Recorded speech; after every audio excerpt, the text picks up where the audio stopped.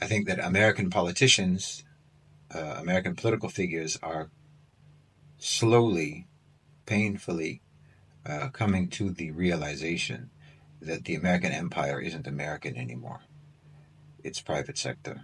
It's an empire of capital. It's an empire of a national private sector of the owners and controllers of global financialized capital, and they wield more power and influence than America as a nation, as a country, and have in fact captured the government of the United States.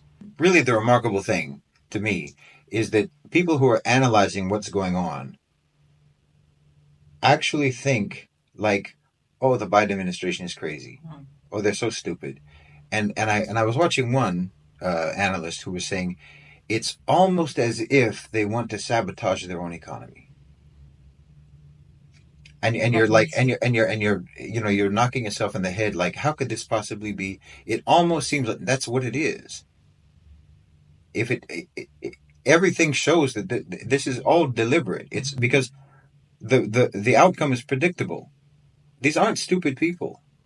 As much as we want to think that they're stupid sometimes, because it appears like they're shooting themselves. Because the only reason that you think they're stupid is because you think that they're supposed to be seeking some kind of an outcome that's good for you. You're still believing somehow on some level that they care about their nation. Because you think that their nation, that you and them share the same nation. You don't. I've said it many times. The rich are a nation unto themselves. And that's the nation that they serve. They don't serve you. They don't serve me. They don't serve their electorate. They don't serve their constituency. They don't serve the country that they have a passport for. That's not what they're there for. And the only reason that you think that they're stupid is because they make decisions that don't serve the national interest. They don't serve the interests of the population. They don't serve the interests of the electorate. They don't serve the interests of their constituency. Well, that's your mistake. I'm sorry to tell you, but you're the stupid one if you actually believe that they're going to make decisions for your sake and for your benefit. That's not what they're there for. Yeah. Period. There's nothing confusing about what they're doing. But the only thing that makes it confusing to you is if you have different expectations about them, that you expect them to behave in a way that conforms with the myth that you have in your head about democracy.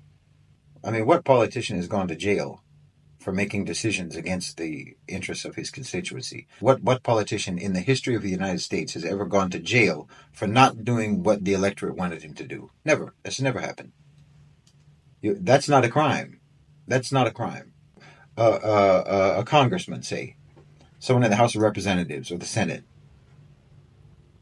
Officially, you're a representative, right? You're a representative of your constituency in your district or your state or what have you. You're supposed to represent their opinion. Okay, find out what that opinion is and see if he voted for it or not. See if his voting record actually conforms with the polling data of what the people wanted him to do. And just see. And if it didn't, that's supposed to be a crime. That should be against the law. If it's a democracy, it should be against the law to vote in the Congress for legislation that your constituency doesn't want you to vote for. Yeah. That should invalidate you immediately. Disqualify but no one has ever gone to jail for that. That's not a crime. You can do whatever you want once you get in office, and there's no accountability. There's not even a mechanism for accountability except for not voting for you back into office again. Which isn't a punishment because you're just going to go right into the private sector, who you spent your public sector career serving.